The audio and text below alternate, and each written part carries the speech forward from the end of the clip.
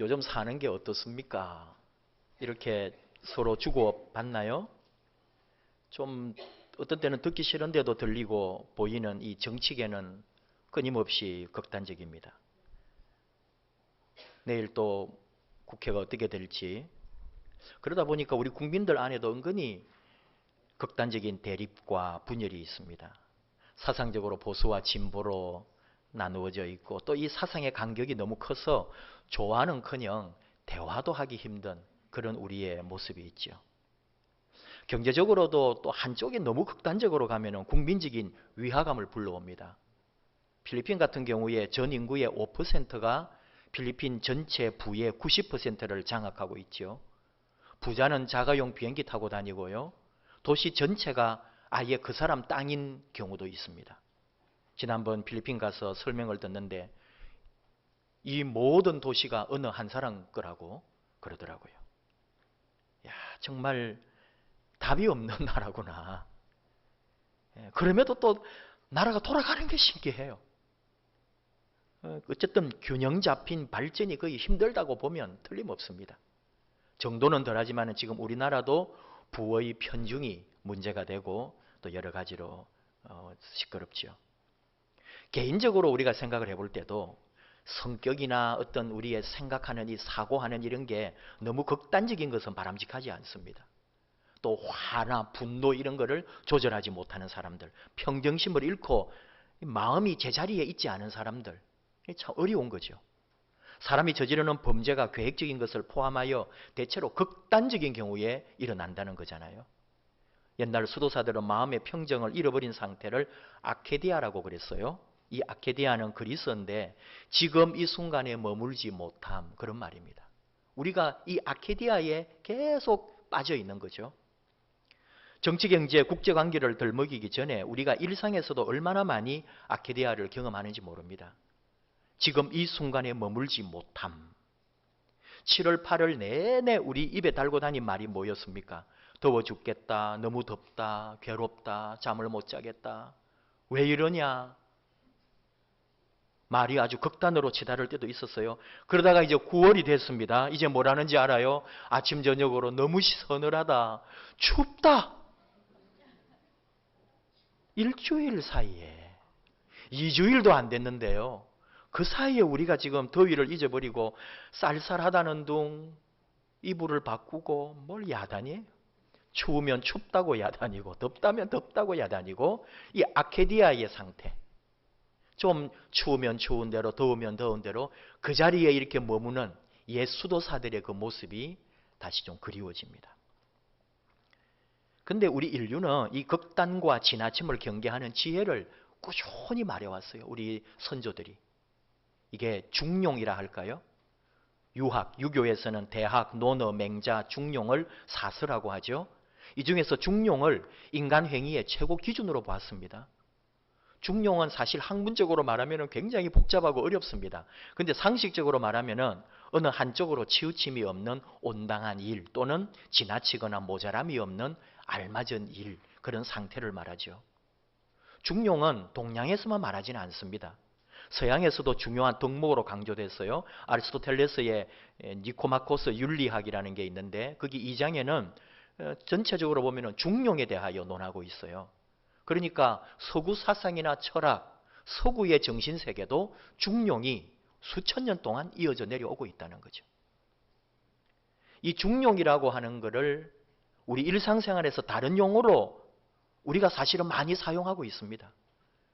중용이라고 하는 대체 용어, 우리가 사용하는 표현이 뭐냐 하면은 적당히입니다. 좀 적당히 해라. 우리 그런 말 하잖아요. 개그에도 그러더라고요. 적당히 해라. 적당히 먹어라. 적당히 벌어라. 그런 말도 있어요. 우리 인생을 보면은 지혜롭거나 성공한 사람은 이 적당히라고 하는 규모를 잘 알고 행하는 사람들이에요. 반면에 어리석은 사람은 이 적당히를 잘 몰라요. 적당히가 어느 정도인지를 몰라요. 좀 적당히 먹어요. 적당히를 몰라요. 적당히가 몰라. 그래서 그는 비만이 됩니다. 건강도 잃어버립니다. 적당히 해야 되는데. 근데요, 놀랍게도 이 적당이라는 게 하나님의 말씀에도 나온다는 사실을 아십니까? 여호와께서 온갖 것을 그 쓰임에 적당하게 지으셨나니 악인도 악한 날에 적당하게 하셨느니라. 잠언 16장 4절. 잠언 24장 26절. 적당한 말로 대답함은 입맞춤과 같으니라. 너는 꿀을 보거든 적당히 먹어라. 잠언 25장 16절. 우리 한글 표현이지만 적당히라는 말을 썼어요. 오늘 바로 우리에게 주신 이 전도서가 바로 이 문제를 우리에게 가르쳐주고 있습니다. 적당히, 중요. 전도서는 히브리어로 코엘렛이거든요. 코엘렛은 모으는 사람 이런 말입니다. 뭘 모을까요? 격언이나 지혜를 구하는 사람을 말하는 거죠. 내 삶의 지혜와 내 삶의 살이 되고 피가 되는 격언을 갈구하는 그런 것을 이 전도서의 뜻이 그 속에 있습니다. 근데 전도서는 삶 자체를 좀 허무로 보잖아요. 근데 그 허무함 가운데서 무엇이 최선을 다하여 사는 것인가? 무엇이 참된 선인가? 이거를 우리에게 가르쳐주는 게 전도서죠. 그 중에서도 오늘 주신 말씀이 바로 이 적당히라고 하는 문제를 다루고 있습니다. 15절, 자신의 경험상 의로운 사람이 의로움 때문에 망하고 악한 사람이 그 악함을 가지고도 오래 사는 것을 보았다고 이 전도자가 지금 가르쳐주고 있어요. 그리고 사람들에게 말하기를 16절에 지나치게 의인이 되지도 말고 반대로 지나치게 악인도 되지 말라, 그런 권면을 하고 있습니다. 여기서 지나치게 의인 되지 마라, 지나치게 지혜자 되지 마라 두 번이나 말해요. 이게 이제 재미있는 거죠. 우리 문제가 뭐냐? 여러분이나 저나 다 생각하는 거예요. 적당히 하는 게 문제예요. 우리 좀 적당히 해라 할 때, 우리 자신도 그렇고 남을 볼 때도 사실은 적당히 하면 안 되는 거죠. 우리가 알고 있는 이 적당이라는 개념이 있잖아요. 더 잘해야 되거든요. 적당히 하는 거 보면 거슬립니다. 내 자신한테도 내가 허용이 안 되고 남이 그렇게 적당히 하고 있으면 화가 나는 거예요. 제대로 해주어야 되는데. 그런데 오늘 말씀을 보면은 이거 뭐지 이게? 좀 적당히 해라 이런 식으로 조장하는 말인가? 인생을 깨달았다는 전도자가 의인은 살고 악인은 망한다 이런 가르침도 아니고 지나치게 의인도 되지 말고 지나치게 악인도 되지 마라 이렇게 지금 가르쳐주고 있잖아요. 오해하면은 이게 바로 이도 저도 아닌 것, 기회주의자나 보신주의자가 되어가지고 이렇게 양다리를 걸치고 사는 그런 존재가 되란 말인가? 설마 전도자가 그걸 우리에게 가르치고 있겠어요? 아닙니다. 여기서 말하는 이 의가 뭐냐 하면은 하나님이 판단하시는 의가 아니에요. 내가 스스로 의롭다고 하는 자칭 의인을 말하는 거예요. 내가 나를 보니까 내 자신의 의로움으로 내가 장래에 잘 될 것이다 라고 생각하는 의인, 이것이 삶의 지혜다라고 내가 판단하는 의, 그렇게 사는 사람은 도리어 멸망당한다는 거예요. 어리석다는 거죠, 도리어. 내 자신의 의로움을 위대하다고 생각하는 그런 마음과 지혜, 그거 의 때문에 너 인생은 도리어 죽게 될 것이다. 그런 의미가 됩니다. 특별히 18절에 너는 이것도 잡으며 저것에서도 네 손을 놓지 아니하는 것이 좋으니 하나님을 경외하는 자는 이 모든 일에서 벗어날 것임이니라. 한 번에 이렇게 딱 느껴지는 말씀은 아니에요. 하나님을 경외하는 자는 이 모든 일에서 벗어날 것이다? 해석하기가 쉽지는 않습니다. 그런데 표준 세번역 개정판에서 번역을 참 잘해 줬습니다. 하나를 붙잡되 다른 것도 놓치지 않는 것이 좋다. 하나님을 두려워하는 사람은 극단을 피한다. 이렇게 번역을 해줬어요. 하나님을 두려워하는 사람은 극단을 피한다는 이 말씀이 중요한 거죠. 하나님 앞에 진실하게 살고 싶어하는 사람은 먼저 자기 자신을 안다는 거예요. 나는 의롭다, 나는 바르다, 그런 생각을 하지 않는다는 거죠. 20절 이하에도 나오는 말씀이 절대적으로 선한 이가 없다는 거죠. 나도 그렇고 너도 그렇다는 거예요. 나도 가끔 사람을 저주한다는 거죠. 그러니 내가 어느 한쪽 극단만을 취해가지고 절대 선을 주장하고 절대 악에 대해서 정죄하는 것은 옳지 않은 태도라는 거죠. 어떤 위대한 행위나 어떤 개인의 의로움도 하나님 앞에서 일방적으로 오를 수가 없어요. 우리는 하나님 앞에서 겸손하고 죄인들에 대해서도 내 의를 내세우고 정죄하면 안 된다는 말입니다. 자기 자신을 살피고 하나님을 두려워하는 사람은 한쪽의 극단으로 치우치지 않는다. 이것이 중용이고 그리스도인의 정도다. 그런 이야기를 하는 거죠. 참 여러분, 정말 우리 신앙이 극단으로 흐르면 곤란합니다. 우리 신앙은 균형과 조화가 있어야 돼요. 그래야 오늘 우리 잘 사용하는 말인데 전인적 신앙생활, 전인적 인격을 가지고 살 수가 있는 거죠. 내 신앙, 내 전통, 내 교리, 내 교파, 내 교회, 내 체험, 내 지식이 진짜가 아닙니다. 항상 믿음과 행위가 같이 있고요. 영성과 지성이 같이 가고요. 절대윤리와 상황윤리가 아주 묘하게 절묘하게 거기 있는 거예요. 그리고 객관적인 말씀이 있는가 하면 주관적인 신비가 있는데 그것도 조화가 좀 돼야 돼요. 보수와 진보가 좀 하모니가 이루어져야죠. 이게 공동체거든요. 교회도 그렇다는 말입니다.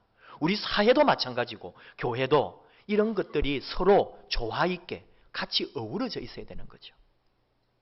지난 주일에 교회에 대해서 얘기를 했는데 교회의 모형 중에 노아의 방주 이야기를 했죠. 이걸 기억해야 합니다. 정결한 짐승과 부정한 짐승이 같이 들어갔다는 걸요. 노아의 방주에는 정결하고 깨끗하고 옳은 것만 있지 않습니다. 부정한 것까지 하나님은 보존했어요. 이게 교회라는 거죠. 교회에 천사들만 있지 않습니다.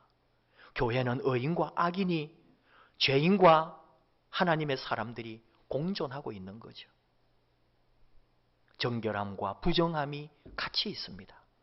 노아의 방주 안에는 더러운 오물과 짐승들이 뱉어놓은 수많은 그런 것들이 진동했다는 걸 아십니까? 냄새와 악취가, 병균이.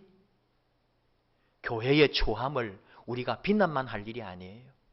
그 속에 이쪽과 저쪽을 볼 수 있는 눈을 가지고 있어야 한다는 거죠.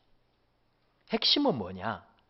적당하다는 것이 적당히 대충 눈치 보면서 기회주의자가 되는 것이 아니라는 말입니다. 그리스도인의 자리는 양다리 걸치고 애매하게 여기저기 붙어서 먹고 사는 그런 치졸한 자리가 아닙니다. 진짜 적당히 라는 그 의미가 뭐냐?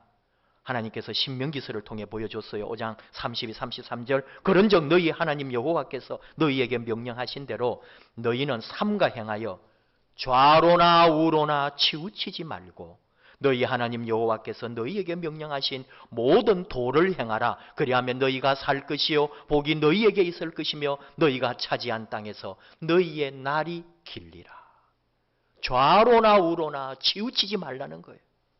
물론 구약시대의 좌나 우는 1차적으로는 이방 국가와 이방 신 우상을 말합니다. 거기에 치우치지 말라는 거죠. 그 다음에는 뭘까요? 모세를 통해 주신 하나님의 율법, 그 말씀의 도에 바르게 서 있어야 한다. 그 가르침인 거잖아요. 적당히가 그냥 우리가 말하는 적당히 사는 게 아니에요. 정말로 정도 위에 적당하게 서 있는 삶을 말한다는 거죠. 여호수아 1장 7절 모세가 여호수아에게 너에게 명령한 그 율법을 다 지켜 행하고 우로나 좌로나 치우치지 말라. 그렇게 말씀하십니다. 여기 나오는 좌로나 우로나 치우치지 말라는 명령도 모세의 율법책에 기록된 하나님의 말씀을 다 지켜 행하라. 그런 뜻이 됩니다. 신앙세계는 50%는 진리고 또는 60%가 진리고 그런 게 없어요. 1%라도 벗어나면은 그게 비진리가 되고 거짓이 되는 거죠. 하나님의 복음, 하나님의 말씀, 하나님의 진리는 100% 옳은 길이거든요. 그래서 우리가 좌로나 우로나 치우치지 말라는 거는 신약 시대에서 너무 이제 잘 보여주신 거죠. 사도 바울을 통해 주님 말씀합니다. 로마서 12장 2절. 이 세대를 본받지 말고 마음을 새롭게 하여 변화를 받고 하나님의 선하시고 기뻐하시는 뜻이 무엇인지 분별하며 가는 삶. 이것이 바로 정도 또는 중용 또는 좌로나 우로나 치우치지 않는 믿음 위의 말씀 위의 삶이라는 거예요. 세상의 발을 담그지 않고 진리의 말씀을 붙들고 그 신앙에 붙들려가는 삶, 그 신앙에 끌려가는 삶, 이것이 우리 그리스도인의 길이고 자리라는 거예요. 이게 진정한 의미에서 적당입니다. 기독교의 적당. 요한계시록을 통해 주님이 미리 보여주신 게 있어요. 라오디게아 교회를 통하여 우리에게 가르쳐준 깊은 교훈이 있죠. 너희는, 라오디게아 교회를 하는 말이에요, 미지근하여 뜨겁지도 않고 차지도 않으니 나는 너를 입에서 뱉어버리겠다. 그리스도인의 자리는 뜨겁지도 않고 차지도 않은 미지근한 자리가 아니라는 거예요.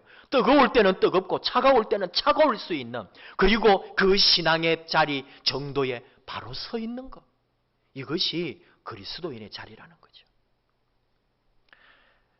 여러분, 오늘 우리가 사는 세상은 참 적당히 살아야 편안한 세상이에요. 어디 한쪽에 치우치면 비난받거나 공격받거나 피곤해지는 세상입니다. 그래서 우리가 자꾸 적당히 살려고 하는 거예요. 양다리를 걸치려고 하는 거죠.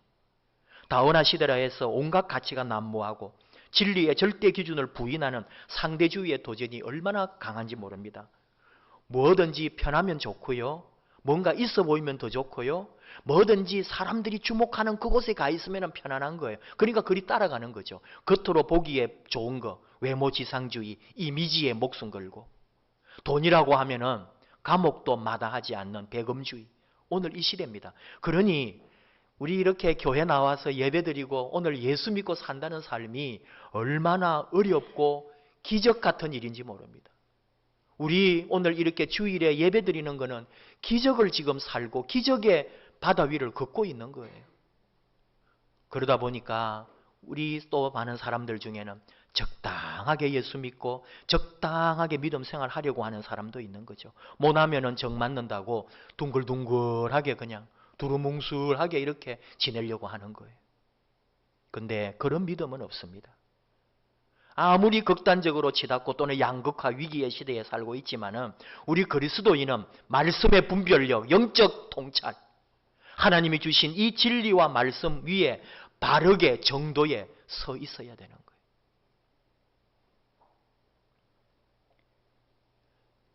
좌로나 우로나 치우치지 않고 중간에 있는데, 그 중간이 사실은 뭐냐? 예수 그리스도를 향한 절대적인 선택. 그 한 길이 진짜 정도고 적당이라는 말이에요. 이러니 우리 그리스도인이 그 믿음 생활을 하기가 얼마나 어렵겠어요. 그러나 그래야 한다는 거예요. 왜? 우리가 구주로 고백하는 예수님이 그렇게 사셨거든요. 그는 바른 길 정도의 진리 위에 서 있었어요. 양쪽을 다 아울렀습니다. 그럼에도 불구하고 그는 또 그 진리의 길을 걸어가며 죽음을 선택하는 십자가의 길을 걸어갔거든요. 이 우리가 좌로나 우로나 치우치지 않는다는 그리스도인의 길이 얼마나 오묘하고 깊은지 모릅니다. 우리는 예수님을 따라가는 사람들인데 바로 오늘 이 양극화의 시대에 우리는 정도를 걸어가는 거예요. 십자가의 길을 걸어가고 예수를 선택한 그 한 길을 따라가고 있는 거죠. 어렵습니다. 그러나 그 길을 걸어가는 거예요. 그래서 힘든 거죠. 목회자로 산다는 게 뭘까요? 예레미야 13장 19절 하나님께서 선지자 입을 통하여 가르쳐준 말씀이 있어요. 너희가 두어 웅큼 보리와 두어 조각 떡을 위하여 나를 내 백성 가운데서 욕되게 하여 거짓말을 고지듣는 내 백성에게 너희가 거짓말을 지어내어 죽지 아니할 영혼을 죽이고 살지 못할 영혼을 살리는도다. 오늘날 우리 목회자가 만약에 두어 웅큼 보리, 두어 조각 그 떡을 위해서 산다면, 나 밥벌이하고 내 먹고 살겠다고 목회하고 있다면 그것이 얼마나 추한 일인지요. 옳은 말 할 때 옳은 말 해야 되고 잘못됐을 때는 잘못을 지적해야 되는데 도리어 착한 성도들에게, 거짓말을 고지듣는 성도들에게 거짓말을 지어내어 가지고 죽지 아니할 영혼은 죽이고 살지 못할 영혼을 살리는 거짓 목회자의 길이 있을 수도 있는 거거든요. 그게 괴로운 거죠.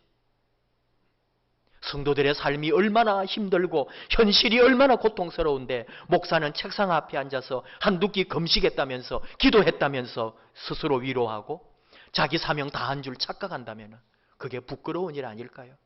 기도원 며칠 다녀왔다고? 그리고는 설교한다고 앞에 섰을 때 그게 참 죄송스러운 일이 될 수 있다는 거예요. 왜 안식일을 좀 주세요? 왜 며칠만 휴가를 주세요? 그럴까요? 좀 나를 찾아보려고. 내가 그렇게 잘못되게 엉뚱한 길로 가고 있지 않은지, 그래도 나를 발견하려고 발부둥 치려고 그렇게 외롭게 또는 힘들게 고민하며 가는 게 참 목회자의 길이겠죠. 윤동주 시인이 아파하며 괴로워했던 눈물이 있어요. 왜냐하면은 시대는 이렇게 암울하고 이 나라는 식민지 우리 백성들은 고통 가운데 있는데 왜 나의 시는 쉽게 쓰여지는가? 나는 왜 이렇게 시를 쉽게 쓰는가? 왜 나는 이렇게 쉽게 시가 쓰여지는가? 고통스러워야 되는데, 시 한 줄이, 시 한 편이 나오려면 아파야 되는데 나는 왜 이렇게 시가 쉽게 쓰여지는가? 그게 고통스러워서 발부둥 쳤잖아요. 여러분은 그렇지 않겠습니까? 하나님 뜻을 택하려고, 그래도 주님의 뜻을 택하려고 발부둥을 치고 고민하고 기도하고 그렇게 갈등하며 울었던 시간, 그 순간들이 있을 거예요. 하나님이 아십니다. 그 믿음을 하나님이 보십니다. 세상 앞에 가면은 굴복할 때도 있고, 세상에 앞에서 비참해진 내 모습을 보며 한탄하고 가슴치며 기도하는 나를 하나님은 알고 계십니다. 그리고 우리를 붙들어 주십니다. 바른 길, 주님의 길, 좌로나 우로나 치우치지 않는 그 믿음의 길에 서려고 그래도 몸부림치고 있는 우리를 보시고 하나님은 우리를 그 정도에 세워주실 겁니다. 그리고 잡아주시고 이끌어주시고 우리를 복되게 하십니다.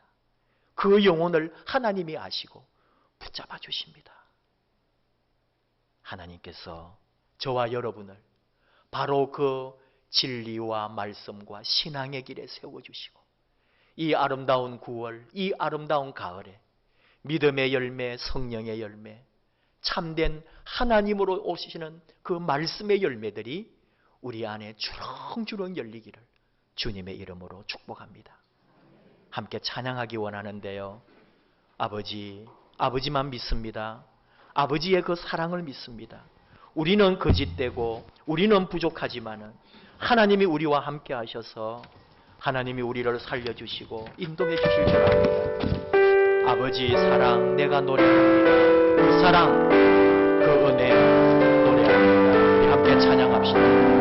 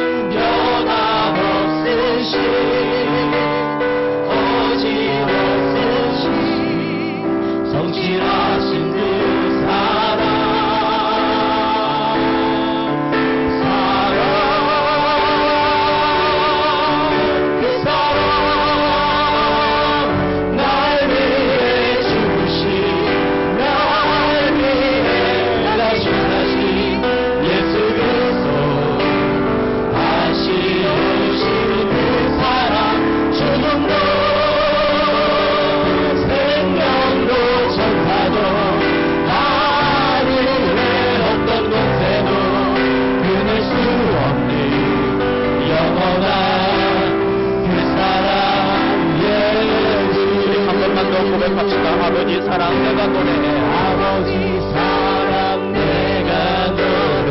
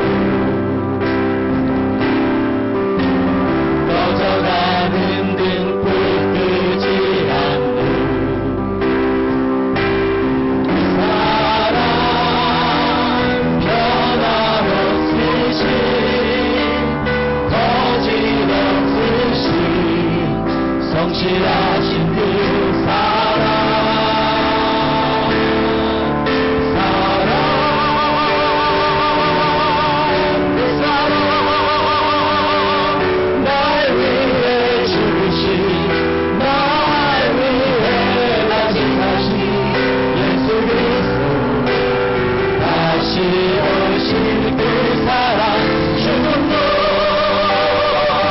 생명도 천사도 하늘의 어떤 곳에도 끊을 수 없는 영원한 그 사랑 예수. 우리 함께 기도하기 원합니다. 우리 합심하여 기도합시다. 하나님 사랑 믿습니다. 상황 깔때도 꺾지 않는 아버지의 그 사랑, 그 거짓없이 서시고 성실하신 사랑을 믿습니다. 우리는 약합니다. 우리는 부족합니다. 우리는 넘어집니다. 우리는 굴복하고 우리의 영적 상태는 너무 비참하고 괴롭습니다. 그러나 우리의 눈물을 아시고 우리의 아픔을 아시고 그 기도와 갈등과 아픔 중에 하나님을 택하며 진리를 택하며 말씀 안에 서려고 발부둥치는 우리를 보시는 아버지여, 우리를 일으켜 주시옵소서. 우리를 붙잡아 주시옵소서. 이 아름다운 계절에 성령의 열매 맺기 원합니다. 믿음의 열매, 말씀의 열매, 하나님 주시는 은혜 받기 원합니다. 문제가 해결되기 원합니다. 내 병마가 물러가기 원합니다. 내 가정에, 내 사업에, 내 삶에 하나님의 은혜의 복이 들어오기를 원합니다. 하나님 도와주십시오. 하나님을 선택하고 하나님 앞에 바로 서도록, 말씀 위에 서도록 우리를 인도해 주십시오. 아버지 지켜주시고 우리를 붙잡아 주시옵소서. 우리 함께 기도하겠습니다. 아버지 감사합니다. 사랑하는 귀한 자녀들 아버지 앞에 예배드리며 아버지 앞에 영광 우리 아버지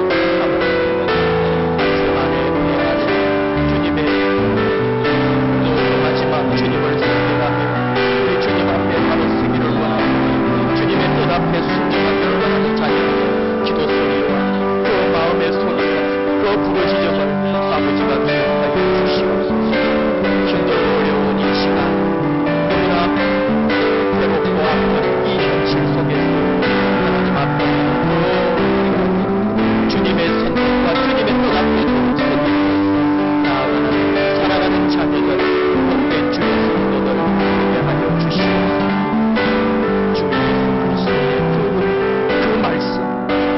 진리를 붙들고 그 길을 묵묵히 걸어가는 종들이 되어 주시옵소서.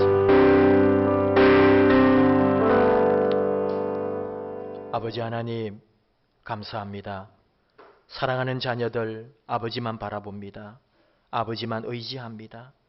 연약한 우리들 살면서도 바르게 살고 있는지, 말씀 위에 있는지, 주님 제대로 섬기는지 늘 부족하고 연약합니다. 주님의 눈으로 볼 때 얼마나 거짓되고 얼마나 부족하고 얼마나 허물투성인지 모릅니다.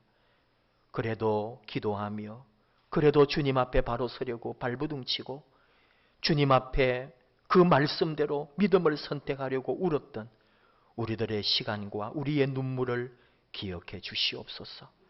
마지막 그래도 주님이 주신 그 길, 우리 주 예수님이 기뻐하시는 그리스도인의 그 정도의 그 길에 그 자리에 서 있는 저희가 되도록 우리 아버지 우리를 끝까지 붙잡아 주시고 끊을 수 없는 아버지 그 사랑으로 우리를 도와 주시옵소서. 예수님 이름으로 기도하옵나이다. 아멘.